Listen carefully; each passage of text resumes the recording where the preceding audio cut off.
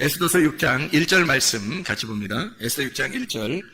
그날 밤에 왕이 잠이 오지 아니하므로 명령하여 역대 일기를 가져다가 자기 앞에서 읽히더니. 여러분 잠 안 올 때 있어요, 없어요?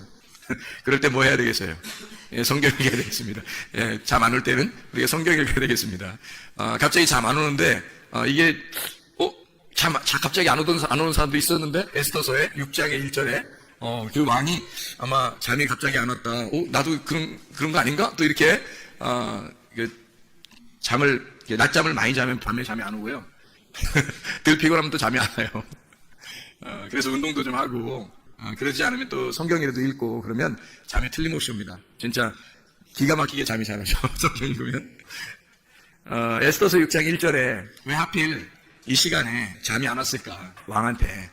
그죠? 이게 지금 내용이 에스더서 1장부터 이렇게 쭉 내용을 읽다 보면 여기 이 시점이 지금 에스더서 1장부터 몇 장까지 있냐면 10장까지 있거든요. 근데 6장에서 하이라이트가 돼요. 그러니까 하이라이트예요. 그러니까 1장부터 10장까지 해서 아주 하이라이트 부분이에요. 이 부분이. 근데 어떻게 되어 있냐면 6장 1절에 갑자기 왕이 잠이 안 오는 거예요. 그러니까 이게 그날이 어떤 날이냐면 이 날이 모르드게를 나무에다 매달아서 죽일 날이에요. 그냥 이 날이. 그러니까 그 죽이려고 허락받으러 오는 날이에요. 그날. 그 하만이. 근데 이상하게 그날 딱 와가지고 허락을 받으면 바로 이제 매달아서 죽이려고 그랬거든요. 6장을 읽어보면 그렇습니다. 그런데 갑자기 그 전 밤에, 그러니까 이제 아침이 되면 이제 매달릴 판이에요. 근데 그 전날 밤에 희한하게 잠이 안 오는 거예요. 하나님이. 이상하잖아요. 갑자기, 그죠? 그러니까 이걸 이제 우리들 말로 말하면 타이밍 죽인다. 이런 말 할 수 있죠. 그죠? 타이밍이 아주 끝내줍니다. 그래서 요게 만약에 그 전날 이런 일이 없었다면 아마 타이밍이 어긋났을 수도 있어요. 그날 이 허락받으러 왕한테 가는 그런 날이거든요. 그 날이 밝은. 그런데 밤에 잠이 안 온 거예요. 그래서 하만이 그렇지 않아도 딱 오자마자 이제 왕이 뭐라 그러냐면 찾았다. 내가 잠이 안 와서 일기를 봤는데 거기에서 진짜 나한테 굉장히 유익하게 한 자가 있는데 내가 어떻게 했으면 좋겠냐. 그러니까 자기인 줄 알고 막 얘기를 하잖아요. 그걸 이렇게 했으면 좋겠다, 저렇게 했으면 좋겠다. 그걸 완전히 다 해주라고 모르드게한테. 모르드게가 계속 인사도 안 했던 사람이거든요. 이 하만한테 인사도 안 했던 사람이라 그렇지 않아도 꼴사납고 그렇지 않아도 죽이고 싶었는데 그날 하여튼 왕이 칭찬하는 사람은 이렇게 할 것이다 라면서 왕복을 입히고 그냥 말 태워가지고 그냥 막 외치면서 이렇게 다녀야 되니까 얼마나 수치스럽겠어. 하만 입장에서는. 그 일이 있고 나서 바로 이어가지고 에스더가 이야기를 하는 장면이 나오는 거죠. 왕한테 우리 백성을 좀 돌려주십시오. 너네 백성이 무슨 일이 있는데 내가 나라 절반이라도 너한테 줄 판인데 이렇게 얘기를 하잖아요. 그래서 이제 하만이 바로 이제 잡혀오고 이제 이걸 대역전 드라마가 이제 시작되는 놀라운 일이 6장부터 일어나는 겁니다. 6장에 뭐부터 일어난 거예요? 6장 1절에 대역전의 드라마 시작이 6장 1절에 어떻게 해서 일어났어요? 잠이 안 와서 일어났어요. 잠이 안 올 때 뭐 해야 된다 우리가? 성경 읽어야 된다고. 잠 안 올 때 성경 읽으면 하나님의 놀라운 역사가 여러분에게 임하십니다. 이 사람도 잠이 안 와가지고 갑자기 하나님의 일을 하게 된 거예요. 잠이 안 와서 하나님의 그 원하시는 하나님의 타이밍에 자기가 하나님의 그 시간을 끝내주게 이행하게 된 거죠. 이 사람이 잠이 안 올 때. 그러니까 하나님이 잠 안 재우신 거예요. 갑자기. 그러니까 이런 큰 일들을 하나님께서 이렇게 계획하시고 하나님이 이렇게 만들어 가시는 하나님의 역사를 우리가 이제 성경을 통해 볼 수가 있죠. 그러니까 하나님은 어쨌든 타이밍을 놓친다, 안 놓친다? 안 놓친다. 하나님은 절대 타이밍 안 놓친다. 우리는 답답해, 안 답답해요? 우리는 답답할 때가 있어요, 없어요? 있어요. 우린 답답한 거죠. 우리가 왜 답답해요? 한없이 어떻게 응답이 왜 이렇게 오랫동안 안 돼? 응답이. 그리고 언제 될지 모르는 거야. 이게 이제 어떻게 되냐면 우리는 항상 어떻게 되냐면 과거나 현재와 미래가 있기 때문에 이 응답 지금 계속 응답이 안 오고 있어. 작년에도 응답이 안 왔고 계속 응답이 없었으니까 앞으로도 응답이 안 되면 어떡하지 하면서 두려워하는 마음이 늘 있단 말이에요. 사람들은. 왜냐면 과거, 현재, 미래를 사니까. 근데 하나님은 답답할 일이 별로 없어요. 하나님은 답답할 일이 없으니까 내가 지금 역사할게. 그럼 그 지금 역사하는 거예요. 근데 그게 희한하게 우리의 인생에서 하나님이 우리의 인생을 간섭하시는데 절대 거기서 타이밍을 안 놓친다는 거죠. 하나님이. 근데 사람들은 답답하고 내 기도한 게 왜 이렇게 안 되지 그렇게 할 수 있어요. 근데 하나님이 이 왕을 갖다가 잠을 안 재우시고 그 타이밍에 그날 그렇게 역사하지 않았다면 이게 어떻게 됐을지 모르는 그런 시점인데요. 절대 그 타이밍을 안 놓칩니다. 하나님이요. 왕을 잠을 안 재워서라도 그 역사를 이루는 거, 하나님의 뜻을 이루는 거예요. 그게 하나님이셔요. 보라 지금은 은혜 받을 만한 때요. 보라 지금은 구원의 날이로다. 하나님은 항상 현재, 지금만 있다. 하나님은 항상 현재만 있는 것이다. 그러니까 과거나 미래가 아니라 현재 지금, 네가 지금 기름등불 준비하고 있느냐, 네가 지금 주님 만날 준비하고 있느냐, 네가 주님 언제 오실지 모를 때 너는 지금 주님 준비하고 있는 사람이냐, 지금 기름이 떨어지지 않고 있느냐, 이걸 물어보셔요. 주님이 그거 보신다고요. 그럼 우리가 그걸 준비해야 되겠죠. 슬기로운 다섯 처녀가 되려면 마태복음 25장의 1절부터 13절 말씀에 있는 것처럼 슬기로운 다섯 처녀가 돼야 돼요. 미련한 다섯 처녀처럼. 그러니까 등불이 꺼져가면 안 된다고요. 등불이 꺼져간다는 말은 진리의 말씀, 이 진리의 말씀만 등불이거든요. 거짓의 말씀은 등불이 아니에요. 같은 어둠이지. 진리의 말씀이 등불인데 그 등불이 꺼져가는 거예요. 내 속에서 진리의 말씀이 점점 사라지는 거예요. 주님이 나를 만나지 않기 시작하는 거예요. 그러면 그게 꺼져가고 있는 순간이에요. 그러면 그것을 위해서 여러분이 몸부림쳐야 합니다. 하나님, 내 기름이 떨어지지 않도록 이것을 놓치지 않기 위해서 울타리를 치고 살아야 되는 거예요. 하나님의 울타리를. 그래서 그 안에 사는 것을 율법이라 그렇게 말해요. 하나님은 스스로 계신 자니까 하나님은 살아계신 자란 말이에요. 스스로 계시다 그 말은 살아계시다 그 말이에요. 그럼 반대로 우리는 죽었다는 얘기고 우리가 죽어있는 자 어둠인데 주님만 살아계신 하나님이라는 거예요. 그 살아계신 그 하나님이 우리에게 뭐라 그러냐면 너 기름 등불 꺼치지 말라는 거예요. 내가 널 만나줄 테니까. 그게 꺼지면 어둡다는 거예요. 그거 꺼지면. 그래서 그거 등불을 계속 켜야 된다는 거죠. 그 왜 우리 사사기에 보면은 기도원의 300용사가 있죠. 그래서 거기 성을 갖다가 막 이렇게 돌면서 무너뜨리잖아요. 근데 거기 그 성을 무너뜨릴 때 항아리를 어떻게 해요? 항아리를 깨뜨려요. 항아리가 우리의 육체거든요. 그 말씀이 등불이고 거기 항아리가 육체예요. 말씀이 육체를 입고 오셨다, 그 주님이. 그래서 깨져야 될 것은 항아리고 속에 등불이 나타나는 거죠. 그러니까 결국 주님께서 죽으실 땐 뭐가 죽었어요? 육체가 죽으시고 말씀은 살아계시단 말이에요. 등불이 켜져 있다고. 그 등불이 계속 켜져 있는데 그게 내 속에서 등불이 켜져 있어야지. 그러려면 어떻게 돼야 돼? 내가 이게 육체가 돼야 돼요? 몸이 돼야 돼? 몸이 돼야 돼요. 이게 무슨 말이냐면 육체로 죽으셨으니까 육체는 내 육체잖아요. 예수님이 십자가 못 박혀 돌아가시는 그 육체는 나의 육체라고. 그러니까 나의 육체는 끝났어야 된다고. 십자가에서 끝나야 되고, 그러면 뭐가 돼? 그리스도의 몸이 돼야 되는 거죠. 그리스도의 몸이 살아있는데 그 속에 뭐가 있다고? 등불이 꺼지지 않고 있죠. 부활하신 주님이. 그래서 그 말씀이 내 속에서 계속 불이 타고 있는 거예요. 그러면 그걸 보존하는 이게 내가 육체가 아니라 몸이 되는 거죠. 그러면은 이게 교회가 몸이 성전인 내가 이걸 보호하고 살아가는 거예요. 이걸 꺼치지 않고 계속 이렇게 보호하면서 살아가게 되면 신랑 만난다는 얘기입니다. 그게. 근데 이걸 꺼치면 안 되는 거죠. 그래서 육체는 이미 죽었으니까 육체대로 다시 살면 안 돼요. 그건 또 깨져야 될 거니까. 그러니까 육체가 깨지는 건 이미 끝났잖아요, 예수님께서. 그러니까 우리가 육체는 이미 끝났다고 우리가 회개하고 그 몸으로, 그리스도의 몸으로 말씀을 보존시키면서 살아가는 것이 그리스도인이다. 이게 등불 꺼치지 않는 방법이고, 기름을 계속 해야 되는 것은 아침과 저녁으로 계속 말씀으로 우리가 무장해야 된다는 것을 말하는 거예요. 계속 아침과 저녁으로 말씀을 무장해야 돼요. 성경에 있는 사람들도 아침과 저녁으로 모였죠. 그들이 아침과 저녁으로 말씀과 기도로 충만했단 말이에요. 그 사람들 왜 그렇게 했어요? 날마다 그들이 모이고 날마다 말씀과 기도로 충만했어요. 그 말은 그 사람들도 그 기름 등불을 꺼치지 않기 위해서, 초대교회에서도 타락한 자들도 있었어요. 거의 없는데 간혹 한두 명 있었다. 근데 그 사람들은 어떻게 하면 꺼치는 사람이에요. 불이 꺼진 사람.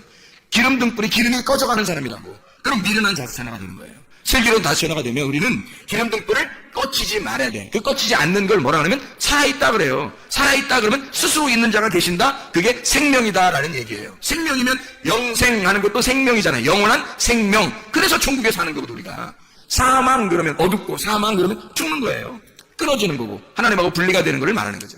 그러니까 살아있어야 된다. 생명이 있어야 된다. 그러면 하나님은 우리를 다시 회복시키는 것이 하나님의 뜻이라는 거죠.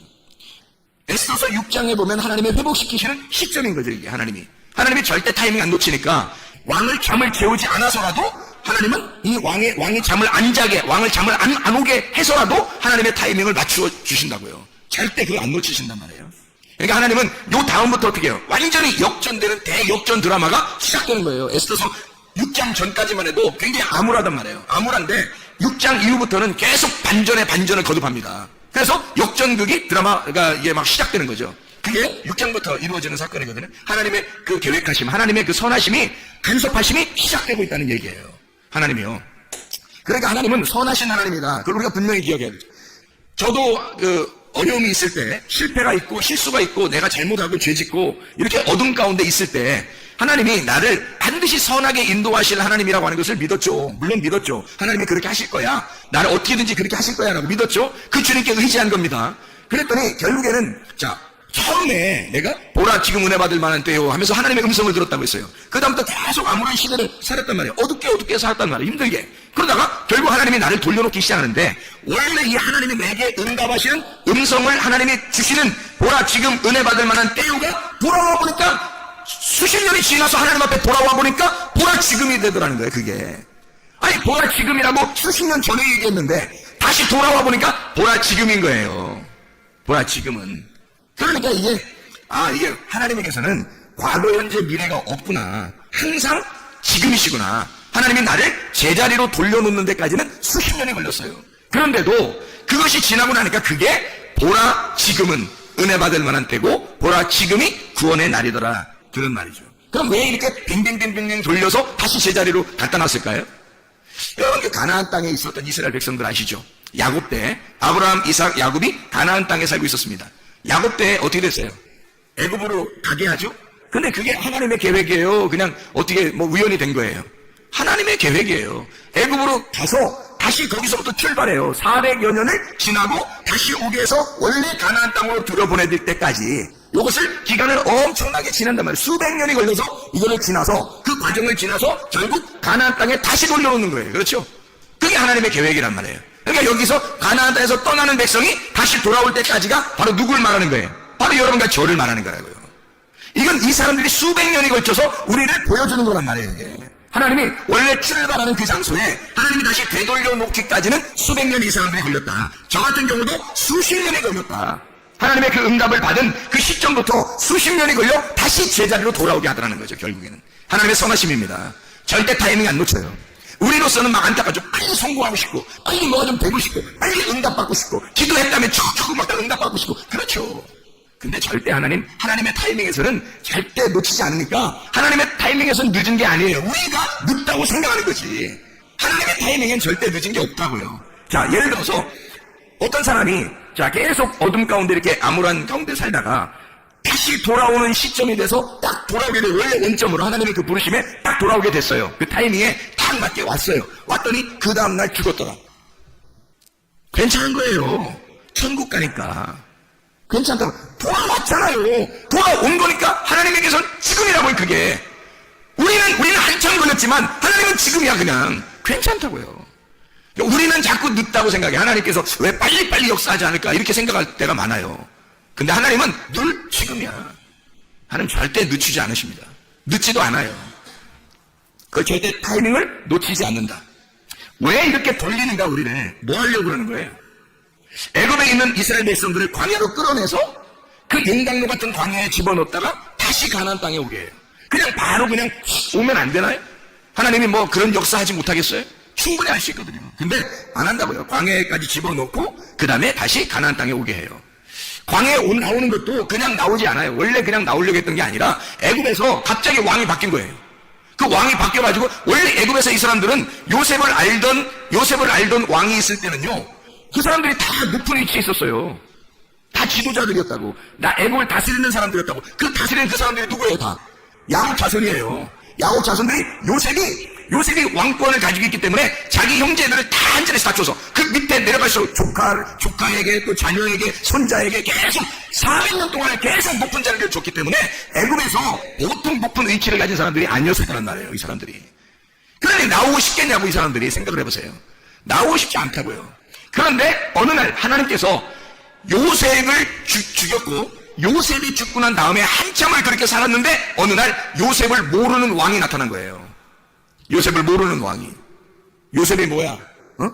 우리 애굽 백성도 아닌데 이러면서 요셉이 이렇게 하는 요셉을 무시하는 자가 딱 나타나니까 갑자기 요셉의 형제들 그러니까 그 야곱의 자손들을 갖다가 갑자기 종으로 다 만들어버린 겁니다.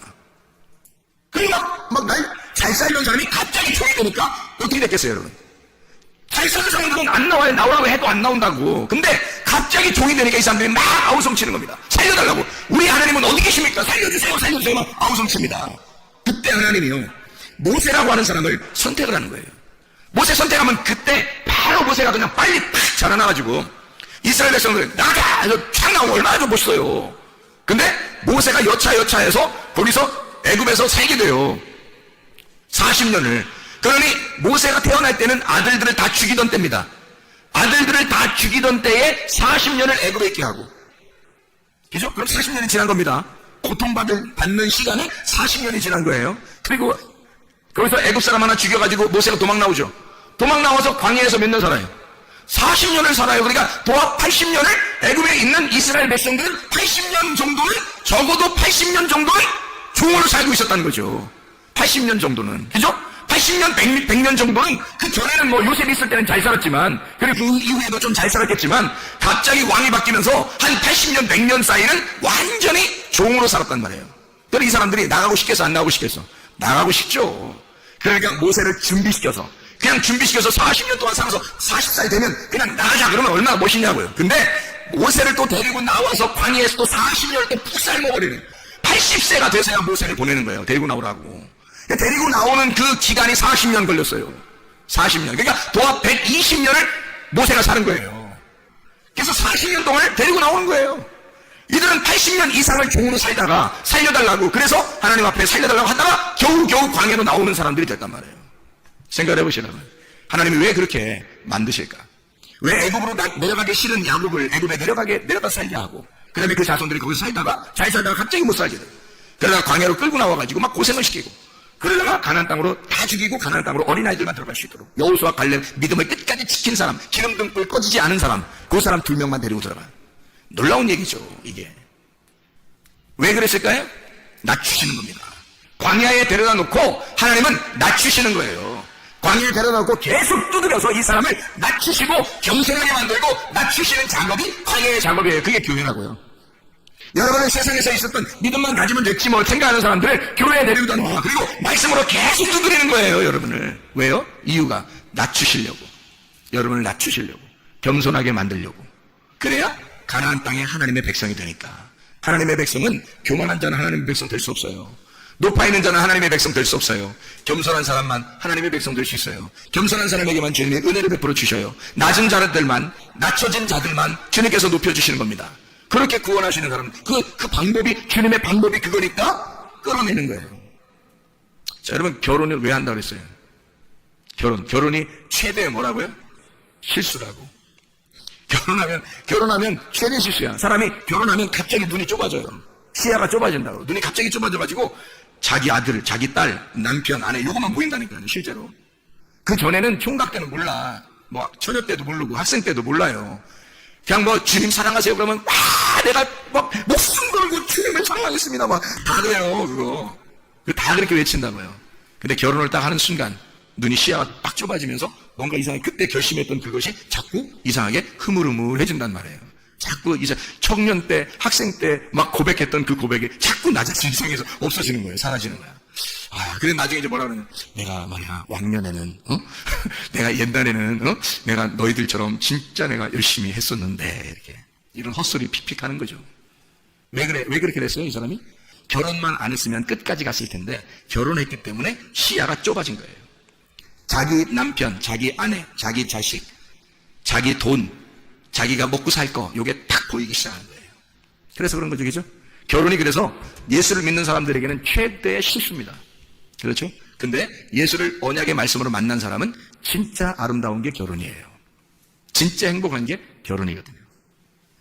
주님 놓치지 않으면서 결혼 생활 해보세요. 얼마나 아름다운지. 주님을 최우선주의로 생각하면서 결혼 생활 해보세요. 얼마나 아름다운지 몰라요. 항상 예수님이 1번이에요. 2번이 남편, 아내. 또 2번이 딸, 아들. 이렇게. 항상 1번이 예수님 해보세요, 여러분. 그러면요, 결혼 생활이 굉장히 아름다운 게 될 겁니다. 근데 시야가 딱 좁아, 결혼하면서 시야가 딱 좁아지면서 어떻게 되는 갑자기 사람이 어떻게 바뀌어? 갑자기 딱 가정만 딱 바라보게 되거든요. 일단. 그래서 교회보다 가정, 하나님보다 가정. 이게 먼저 이걸 막 생각하게 돼 있어요. 그러면요, 그것을 내가 이걸 먼저 생각해야지만, 이렇게 하잖아요. 그러면 어떻게 되는지 알아요? 그들에 의해서 고통을 받기 시작합니다. 그들에 의해서. 어떤 고통이 일어나냐면 그렇게 막 하고 있는데 애지중지한 나의 가장 사랑하는 남편, 나의 가장 사랑하는 아내, 나의 가장 사랑하는 자녀들, 뭐 이렇게 막 내 거 가장 사랑하는 돈, 내 가장 사랑하는 이렇게 막 하고 있었는데 거기에 막 온통 신경 썼는데 나를 속삭이는 사람들은 다 그 사람들이야. 자기를 속삭이는 사람은 다 그 사람들만 하는 거야. 다른 사람들은 자기를 속삭이지 않아요. 딱 자기가 진짜 신경 쓰는 그 사람들만 딱 자기를 속삭여요. 고통이죠. 결혼을 안 했었더라면 이런 고통이 없었을 텐데 라고 계속 생각하게 되죠, 사람이. 그죠? 근데요, 진짜 주님을 만난 사람은 어떻게 될까요? 이것이. 이 고통도 하나님께서 내게 허락하신, 이 기쁨도 하나님이 내게 허락하신, 이것이 다 주님이 항상 우선이니까 이것이 어떻게 되더라도 하나님께 맡기는 거예요. 그 주님께. 그러면요, 그냥 기쁘죠, 결혼 생활이. 그러니까 기쁘게 결혼 생활 할 거냐, 내가 실수했어 하면서 결혼 생활 할 거냐, 이건 우리가 진짜 선택해야 돼요. 생명과 복과 사망과 저주를 네 앞에 펼쳐놓겠으니까 네가 살기 위해서는 생명을 선택하라는 거야. 생명, 말씀이잖아요. 주님을 선택하라는 거예요. 먼저 주님을 선택해보라는 거예요. 실제로 해보라는 거예요. 진짜 회개하고 한번 해보라는 거예요. 그러면 가정만큼 행복한 게 없고 자기에게 행복을 주는 게 없어요. 자기의 주변에 가장 가까운 사람만큼 자기에게 기쁨을 주는 게 없단 말이에요. 마음이 넓어지는 거예요. 자기에게 고통을 주던 것들이 자기가 회개하고 나니까 마음이 넓어지는 거야, 갑자기. 자기의 마음이 다 두드려서, 자기를 다 두드려서 납작하게 해지니까 마음이 넓어지죠. 그러니까 그것만큼 다 받아들이고 아름다운 게 없는 거예요. 가까이 있을수록 더 아름답고 행복하고 기쁘죠. 바뀌는 겁니다, 사람이. 이게 실수가 아니라 내가 결혼을 안 했으면 어떻게 했을 뻔했어, 이렇게 되는 거죠. 내가 결혼 안 했으면 큰일 날 뻔했다, 이렇게 되는 거죠. 그렇게 한번 그런 인생 한번 살아보시지 않아요? 근데 저는 그런 인생을 살고 있는데, 진짜 그런 인생 한번 살아보고 싶지 않냐고요. 내 결혼 안 했으면 내가 어떻게 살았을까? 나 어떻게 됐을까? 결혼 안 했으면 큰일 날 뻔했다. 이런 이런 말씀의 은혜를 내가 어떻게 깨달을 수 있었을까? 결혼 안 했으면, 말씀이 그냥 막 보여, 결혼하니까 그냥 말씀이 쭉 보여, 그냥 다. 세상에. 이렇게 호랑이도 제 말하면 온다고 그러잖아요. 그러니까 호랑이가 딱 그러잖아요. 내가 가장 중요하게 생각하는 게, 그게 사실 어떻게 보면 그게 나의 가장 큰 고통이 될 수 있다는 얘기예요. 언약의 말씀을 모르면요. 근데 언약의 말씀을 알게 되면 나의 가장 중요하게 생각하는, 가장 가까이 있는 것이 나에게 가장 큰 기쁨이고 내게 가장 큰 행복이라는 것을 알게 되는 것입니다. 하나님이 이 사람을 어떻게 한 거예요? 자, 주변을 바꾸는 거예요? 나를 바꾸는 거예요? 나를 바꾸는 거예요. 주변을 크게 바꾸는 게 없어요. 다 똑같아요, 그냥. 여전히 신경 쓰이고 고통스럽고 다 그렇게 생각되는 것들이에요, 주변에. 여러분이 아마 제 고통을 모를 거예요. 교회에 대한 그 근심과 가정에 대한 그 근심과 나의 이 사람들을 목양하는 그 근심에 대해서는 아마 여러분이 잘 모를 거예요. 그런데 주님께 맡기니까 나보다 주님이 더 잘 알아서 해주실 것이다. 주님이 우리 가정을 더 책임져 주실 것이다. 주님이 우리의 교회를 주님이 책임져 주실 것이다. 하나님은 절대 뭐를 놓치지 않는 분이니까, 타이밍을 놓치지 않는 분이니까. 나는 좀 늦었다고 왜 자꾸 늦게 해주시냐고, 왜 이렇게 답답하게 해주시냐고 이렇게 나는 그렇게 기도할지 모르나, 하나님은 야, 답답한 건 네가 답답한 거지, 나는 전혀 안 답답해. 나의 타이밍은 아직 이르지 않았어. 내 타이밍은 절대 내가 놓치지 않을 거야. 내가 촉촉하게, 네가 그렇게 안달복달 안 해도 내가 맞춰서 내가 알아서 할 거야. 내가 그 타이밍을 절대 안 놓칩니다. 그게 하나님이십니다. 여러분의 인생을 절대 하나님이 놓치시겠습니까? 그렇지 않아요. 하나님이 책임지시면요, 하나님이 책임지는 사람이라면요, 절대 놓치지 않습니다. 하나님이 모르드게를 놓치겠어요? 안 놓쳐요. 왜? 모르드게는요, 에스더를 왕에게 보내면서도 뭐라고 하냐면, 네가 이때를 위하여 네가 지금 왕비가 된 것이 아니냐, 그걸 생각해라. 나는 이렇게, 우리 민족들은 그렇게 고난을 당하다가 너는 하나님께서 우리의 역사하심을 네가 보게 될 때에 너는 멸망할 것이고 우리 이스라엘 백성들은 하나님이 우리를 건져주실 것이다. 모르드게의 그 믿음을 하나님이 모르시겠냐고요.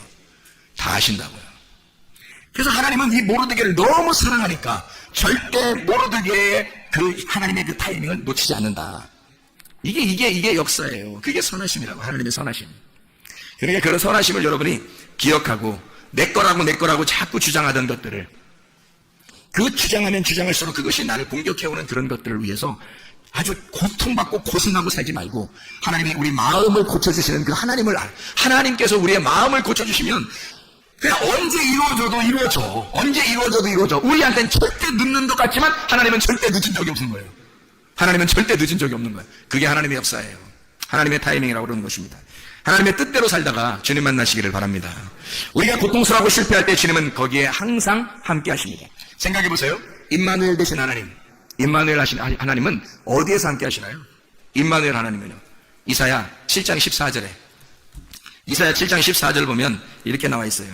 뭐라고 나와 있냐면 이사야 7장 14절에 이렇게 나와요. 그러므로 주께서 친히 징조를 너희에게 주실 것이라. 보라, 처녀가 잉태하여 아들을 낳을 것이요 그의 이름을 임마누엘이라 하리라. 처녀가 잉태하여 아들을 낳는데 임마누엘이라 하리라. 그래요. 처녀가 잉태하면 돼야 안 돼요? 원래 안 돼요. 처녀가 잉태하는데 처녀가 애기 잉태하면 죽어요. 그 나라 문화로서는. 그렇죠? 근데 처녀가 잉태하는 그 고통 속에서 하나님은 그 사람하고 함께 하겠다는 거예요. 그 고통 가운데. 그래서 이사야 8장 10절의 말씀에 보면 이렇게 돼요. 10절은 너희는 함께 계획하라. 그러나 끝내 이루지 못하리라. 말을 해봐라. 끝내 시행되지 못하리라. 이는 하나님이 우리와 함께 계심이니라. 네가 하고 싶은 거 다 해봐. 되나 안 되나? 안 될 거야. 네가 다 해봐. 안 될 거야. 내가 너하고 함께 있으니까. 이 말이거든요. 이해가 돼요? 네가 해볼 만큼 네가 다 해봐. 그래서 그 실패를 경험하고 네가 말하는 대로 다 되나 안 되나 봐봐. 다 안 될 거야. 근데 내가 거기에 함께 있어. 절대 나의 타이밍을 놓치지 않는다. 너는 이게 왜 늦게 응답이 올까? 왜 나에게는 이런 일들이 벌어질까? 왜 하나님 나에게는 내가 이렇게 하는 것도 열심히 하는데 왜 나한테는 이렇게 될까요? 내가 왜 내게 눈물이 이렇게 날까요? 왜 내게 이런 고통이 올까요? 라고 하나님 앞에 호소할지 모르나 하나님은 그 가운데 내가 너와 함께 있어. 그러면 만족하지 않느냐 이 말이에요. 왜 너는 네가 이루어지는 것들만 바라보느냐? 내가 너와 함께하는 거 이걸 바라봐라 이거죠. 내가 너와 함께 있으면 되는 거 아니냐 이거야. 근데 사람들은 하나님하고 함께 있는 거 별로 원하지 않아요. 알아요? 여러분 기도하고 그냥 자기가 원하는 거 금방만 됐으면 좋겠어. 아프면 기도하고 오늘 팍 나서 뭐 돈 없는데 빚도 못 갚고 돈 없는데 갑자기 돈이 팍 갑자기 누가 전화 띠링 갑자기 와서 이런 기적도 어떤 사람 일어난대. 그러면서 나는 왜 이런 기적이 안 일어날까? 그래서 띠링 전화 갑자기 누가 돈을 내가 돈 좀 주면 안 될까? 돈 갑자기 막 갖다 주 이러면 좋겠죠. 그막 자식을 위해서 막 기도. 하나님 이 아이가 대학을 잘 했더니 아마 공부도 좀 별로 안 한 것 같은데 이상하게 시험 봤는데 점수가 팍 좋아요. 하죠. 할렐루야. 대학을 막 갑자기 좋은 데를 팍 집어넣었더니 그냥 턱간에 합격을 했어요. 얼마나 행복하겠어요. 우리는 바라는 게 순 그런 것들이라고요. 우리가 바라는 것들은 순 그런 것들이에요. 생각해보세요. 그런가 안 그런가? 주님이 뭐라고 그러냐면요. 네가 하고 싶은 거 다 안 될 거야. 그때 내가 너와 함께 있을 거야. 그런데 내가 너와 함께 있으면 다 된 거 아니야? 그거예요. 주님은 그걸 바라보는 거거든요. 네가 그랬으면 좋겠어. 네가 그런 생각을 하고 살았으면 좋겠어. 근데 사람들은 안 그렇다고요. 왜 하나님은 내게 이런 응답 주시지 않냐고 하죠. 근데 하나님은 안 그렇다고요. 내가 너와 함께 할게. 내가 임마누엘이야. 그 이름 처녀가 아들을 잉태하여 그 아들이 오면은 임마누엘이라고 해라. 예수 그가 구원자다. 네가 안 될 때, 네가 아무것도 못할 때 하나님의 타이밍은 절대 놓치지 않는 거야. 가장 어두울 때, 네가 가장 힘들고 고통스럽고 어둡다고 할 때 그때 위로자가 나타날 거야. 그때 진짜 예수가 나타날 거야. 임마누엘이 함께 하실 거야. 그거거든요. 그러면 된 거 아니에요. 하나님 앞에 감사하는 거죠. 하나님 고맙습니다. 나와 함께 해주셔서 고맙습니다. 지금 저와 함께 동행하고 있으니 감사합니다. 그러면 되는 거죠. 그러니까 맨순 하나님 생각도 안 하고 주여 주여 하고 막 구하고 그러죠. 근데 주님은 우리에게 뭐라고 말해요? 주여 주여 한다고 천국 가는 게 아니다. 아버지의 뜻대로 행하여 천국에 데려가는 것이다. 아버지의 뜻은 뭐냐면 우리가 고민하고 고통스러워하는 그 사람하고 함께 하겠다는 게 아버지 뜻입니다. 그냥 가만히 멀쩡하게 있는데 하나님 함께 하실 때 그런 말이 아니에요. 가장 어둡다고 네가 느껴질 때 그때 빛이 찾아올 거야. 그래야 그 빛의 소중함을 아는 거죠. 자기가 어둡다고도 생각하지도 않는데 빛이 와봐요. 별로 뭐 반갑지도 않죠. 근데 자기가 진짜 가장 어둡다고 너무 힘들다고 가장 고통스럽다고 할 때 그때 임마누엘이 빛이 오셔봐요. 얼마나 반갑겠습니까? 그럴만나 그리워하겠어요. 바로 그겁니다. 주님과 동행한다는 거, 주님이 함께 하신다는 거. 우리는 시간적으로 우리의 시간을 지나가는 시간을 보고 있지만 하나님은 그렇지 않아요. 너는 아직도 낮아져야 돼. 아직도 내가 너를 두들겨 패야 돼. 아직도 너를 갖다가 낮추어야 돼. 너를 막 이렇게 만들어 가야 돼. 너를 넓혀야 돼. 네 마음을 자꾸 넓혀야 돼. 마음과 생각을 내가 지켜줘야 돼. 이거를 자꾸 넓혀야 돼. 네가 아직 마음이 좁아. 그게 고린도 후서 6장 1절부터 13절까지의 말씀이잖아요. 그게 보라 지금 은혜 받을 만한 때요. 보라 지금 구원의 날이로다 해놓고 주님은 우리 보고 마음 넓히라고 하잖아요. 마음 넓히라고. 마음 넓히는 것이 하나님의 목적이니까 마음만 넓어지면 주님이 함께 하신다는 걸 금방 깨닫거든요. 그렇습니다. 하나님께서 우리와 함께 하시길 원하세요. 그래서 광야에 데려다 놓고 만나만 내리는 거예요. 주구장창 만나만 내리는 거예요. 아무것도 안 주고 만나만 내려요. 그러니까 자기가 가지고 싶은 게 없어요. 광야에 40년 지내봐요. 가지고 싶은 게 있나?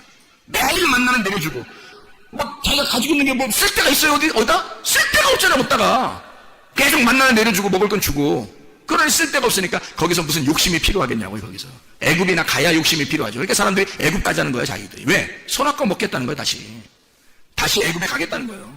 다시 시작하겠다는 거예요. 자기 그쪽 가서 자기 돈 좀 써보겠다는 거예요. 자기 명예 좀 한번 지켜보겠다는 거야. 자기 거 한번 해보고 싶다는 거예요.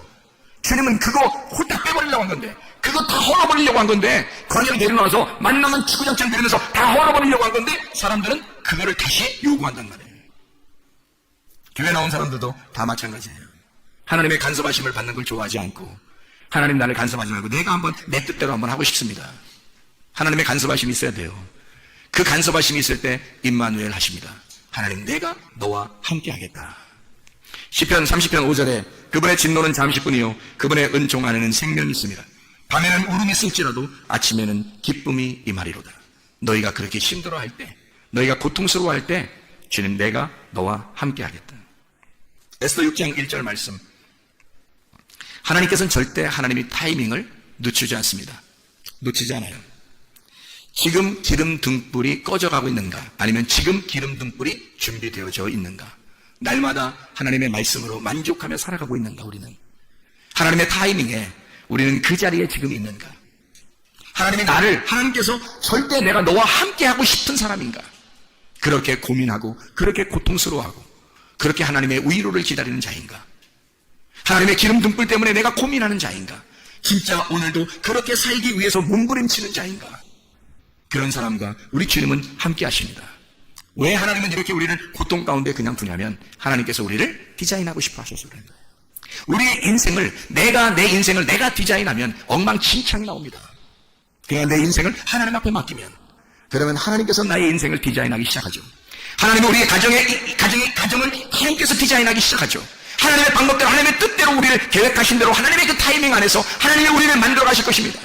내가 답답한 거지. 내가 내 걸 만들려고 하다 보니까 답답한 거지. 하나님은 답답할 일이 없습니다. 하나님은 자기가 디자인하여 여러분의 인생도 여러분의 가정도 우리의 교회도 하나님이 디자인하기를 원하신단 말입니다. 하나님께 맡겨서 하나님이 나를 디자인하시도록 그렇게 맡기는 인생을 살 것인가? 아니면 내 인생을 내가 디자인하여 망치면서 살아갈 것인가?